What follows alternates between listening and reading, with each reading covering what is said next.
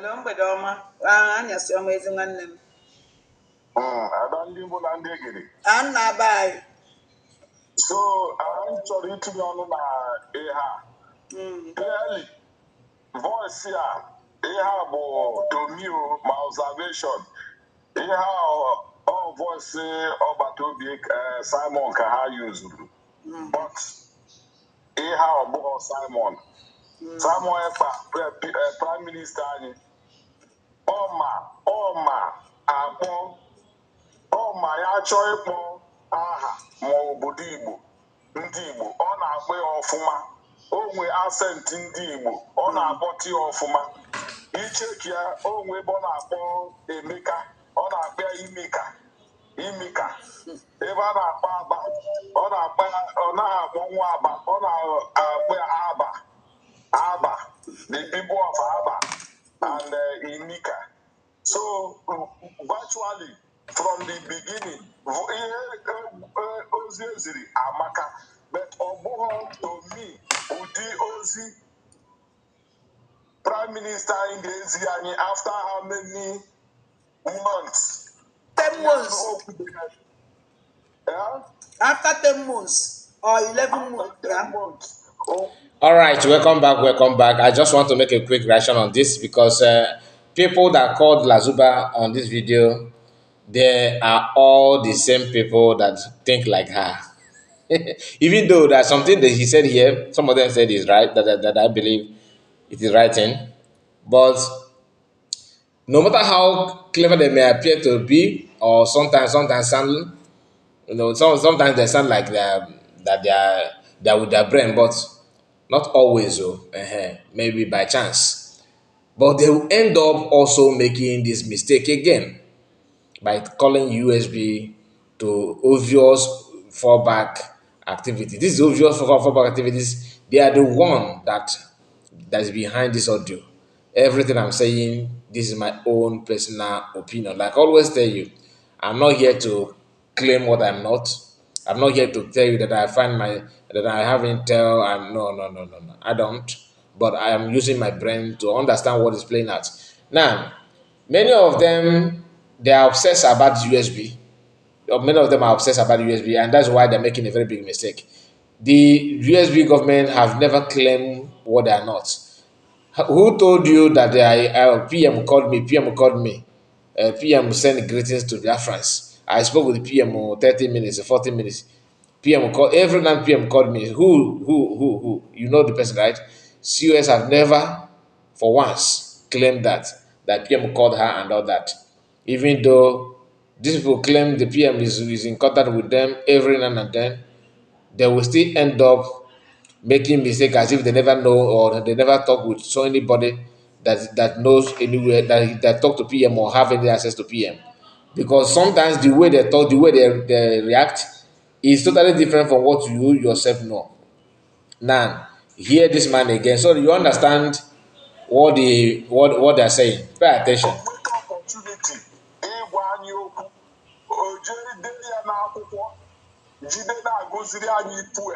Ihe anyị nọ na-agwa anyị n'ebe a ọ ihe ọ gwagoro anyị time. So new team ndị n'ebe ihe bụ ihe. But you should have asked the woman Lazuba. I thought you said that PM told you to fall back. So that is the first communication now, because don't tell me that PM have never communicated with anybody after you told us that he sent message to you. Among everybody in the movement, only you, PM, find you worthy of passing message to you. John AI, how will AI I may my voice Trump, America back and no. Can even men and that one kind that they do with sense of reason. Not everybody, but many of them always say that I'm AI. And Chineke will close a mafia. What does what they know why is Ocha and her platform? Well, content down we handle that place. All quite body good enough why you make it out. Because all the platform that we didn't believe it. Jide for her, they keep good her busy. They feed the hand in the fight the good, in the had deserve like in the guy their own size. In our time, without why is Ocha Some of these people will be perching on our platform or perching on our on our people, trying to distract. But why Socha is doing a very good work in that, making sure that she's keeping them busy. Ine ka brain get there if you macro as why is Socha straight because all the guy that no even do to because their own stupidity is what stupid people always they look at them and say we no go gree o we no go gree ndị iberibe na-achat we no go gree like ụmụ ife ndị iti na ndị anyị na-eyiri isi efe na-adịghị agbakọtara ọnụ somehow na-aza achat we no go gree o a na-ajụfa ka ife ndị a na-emere kpọta asị na ha na-protest protest maka gị na ha si yes that now we know that we are not able to reason properly. We know that we are not we know that maybe all of you are far better than us. But how can you merge us with somebody like Oginkere and their group? People who don't think properly. Because of that, we cannot we have to protest. We will not accept it. I say okay, so unu bondit, okay, get Chris group also was itimpataka. Our form was itimpataka because why Socha is managing Nditi now from her own side. Oh yeah, but she a leader of a woman leader of Nditi, or not even woman because men not to come work can Nditi keketa out of work can. Although there's a woman that called her on this program that I would like you to hear because when you for Chineke Melody, you think second to none. The message I need on the whole new. Oh yeah, just to distract us. And they got this surprise now. Message about the same people are name and the foolish USB charger. In Ania. This work man or Kayun and Kana Rosa. They got the unu got the one surprise, not the same Rosa. Ọ nọkwa na Amerịka na-akpọ Rosa. Ọ nọkwa na Amerịka. Amerịka na-asụ dị ke language, ke official language in America. Rosa. Anyway, it's not my problem. The only thing I want you to understand that Rosa is not behind any fake message. No, he's not. But these people indeed itimpataka. Oh, those are again one key name expert. Kefi name expert. Exactly. All the good na such a good. I'm not surprised that you claim not the good. All of us say that na pharmacy Diana, but they good no hacking.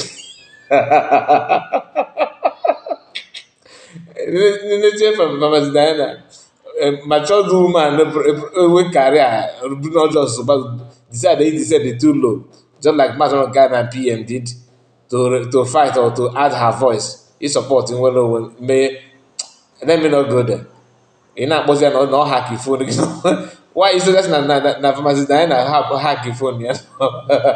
So I'm not surprised. You go na Rose no happen if they behind AI. So Rose send the fall back AI voice note.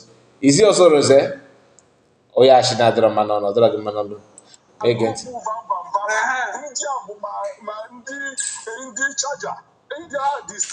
All drag is this one here there. Every little time kita ndị charger asị na ọha nwa ka ese dịrị ya ka ha se dịrị ị ga-afụ madam ha ga-ekwu ya na ọgbata ebi ese ndigoro message so to these people they actually believe that USB government is na-agụ ga-ebufa na ọzọ na-atụrụ ego ọ dị gị wọs dat ebe na fundraising ọ dịka ị na-use na America one ị na-use free wifi oge nka go some of this people no one that ndị na-akọ ugbo na Biden represent Beketa because most of ndị suppose ị na-akọ ugbo amaka mo iti echife na ụgbọ mmiri fa foto over na America ike gụkwa ndị buru batrị ha ndị a niile buru batrị ha enweghị uche ndị so ha ma imagine this man is na eburu batrị mmadụ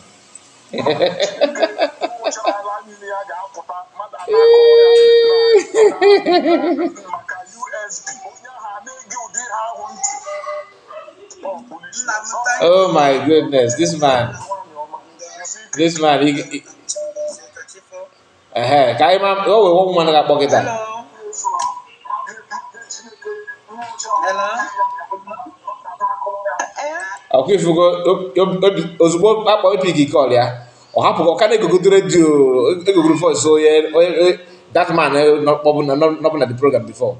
Okay, for her this woman kpọrọ ebe a onye mmịa nide onye ọbụla mmịa kaba ahụ ga-bidoro ya evening class nke ya nwaanyị soja bụ prọfesọ n'ebe ya afọ ya the level of itimpataka na-abịa na platform this woman Chineke mere mmadụ ebere na-ege ntị ka ife na-atụ ya ọchị.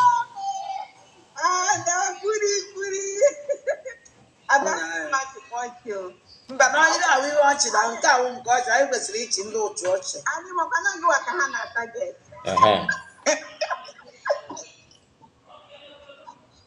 Ada meseji a bụ maka gị ka eji wepụta ahụ na akwụkwọ gị. Ndị atọ na-ejiri elu chọọ na-achịkọta ihe anyị. Ọgwana ha wepụtara ya ka ha gbagado nkịtị ka ha mara ihe m ji ekwu maka ya na ọnwụ na nne ya na m ji ekwu okwu. Maka meseji a ifuru otu ị na-esi maka mmụọ agụghị m saịkọlọji mana kwepụ adị m enwekwa m anya agakwepụ otu ị na-esiri maka meseji iji achọ ọ sị na ya agụghị saịkọlọji enwere nke ego ke nke ego apart from agbechi dị apart from agbochi dị ka ebe ikwu ọ sị na ya agụghị saịkọlọji o wee ji oge even abichi dị wasef ogwe nke iji aka apart from abichi dị ke nke iji onwere nke iji na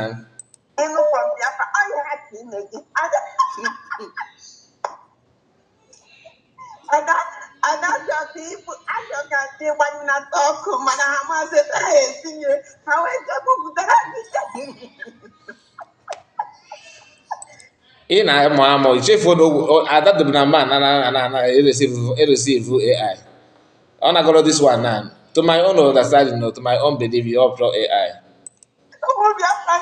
anyị amabeghị n'aka onye o si pụta ị na-ama n'aka ka onye ebughị nke izizi tugbo onwe gị na chi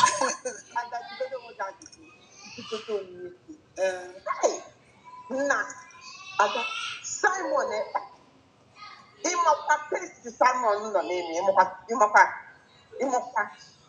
ụmụ ekwu esikwa aka ji Simon maka ebe ka Simon nọ wee o nwere ike ilivu meseji na ọchọ bikos ịmana chi ayaba na-erivu ndị be ya meseji ngwa dere m oche chi ayaba ke nna ada ndị na-eme Simon ihe ekwu nte ya na ya so achụ nama ifo nwaanyị soja gwara na ọ dịkwa possible PM leave message instead of focus na one na that one the way no deliberate ya ọ nasa agbasos na agwazi ya na ndị mere ife bụ ndị ya na ya so what does that has to do with that statement he claim na PM cannot leave message.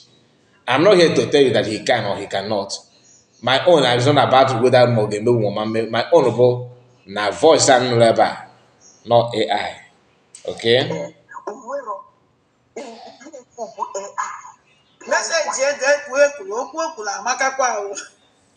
Yes. Man, not the wrong. Is there Obra no gun supposed to even with Ashi Junior? I don't believe that. Kawazi case oh yeah.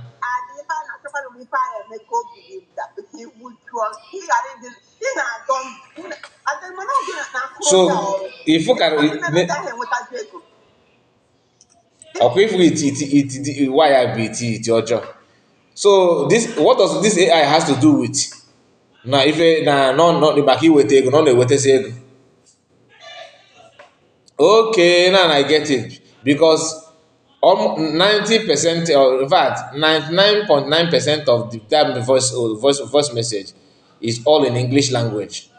Why I what the fact if the message is all about on anụkwa n'oyibo on anụkwa n'oyibo all on the why anyway let me can because some of our people will misunderstand it but you understand what I'm talking about. There are some women that are in abroad now, from Igbo women I'm talking about, most of them, not everyone, not all of them, and all of them are with Nwayi Socha now. Ha ga-abụ nwa abịa anụ ha nụbata ha kpọrọ ha ga abroad fana di ha nọva gaadị nọ na ya kọmpanị ka ọ ga-anọ na-enene wete ịmụ nwa gịnị ọzọ ka ọ ga-emekwe apart from di ya pụọ ọmabata na social media contribute to yours n'ọnụ ya gbapụ. That is not how to. If you don't know what to say, why don't you just ask question? Ị na-akpọ USB afa na nọ ha bụ ndị AI o wego AI niile a na-efegara nke nwaanyị system na-ebugara all this why. What does that have to do with USB? USB have never for once generate AI for what one? If this one is not from why such a group, of course it must be from fallback or Mazi Aqua group. That is just it, not USB. USB don't have time for nonsense. USB ekwuche n'ife ha mere mabụrụ nke ife ị ga-achọ ife ya gasị n'asị.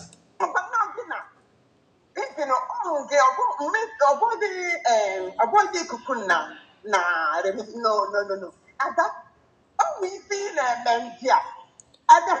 She's just why it's ọcha ka ọchị ka why she's happy na dịrị ife ọ na ife ọ na-eme wetagodo akantị itimpataka iti ọjọọ. Anyway, I don't want to waste my time. I just want to show you how senseless some of her group and people running around her platform, the way they think, the way they reason is shocking. Honestly, it's shocking. Please let me know your take on that. God bless you. Bye bye for now.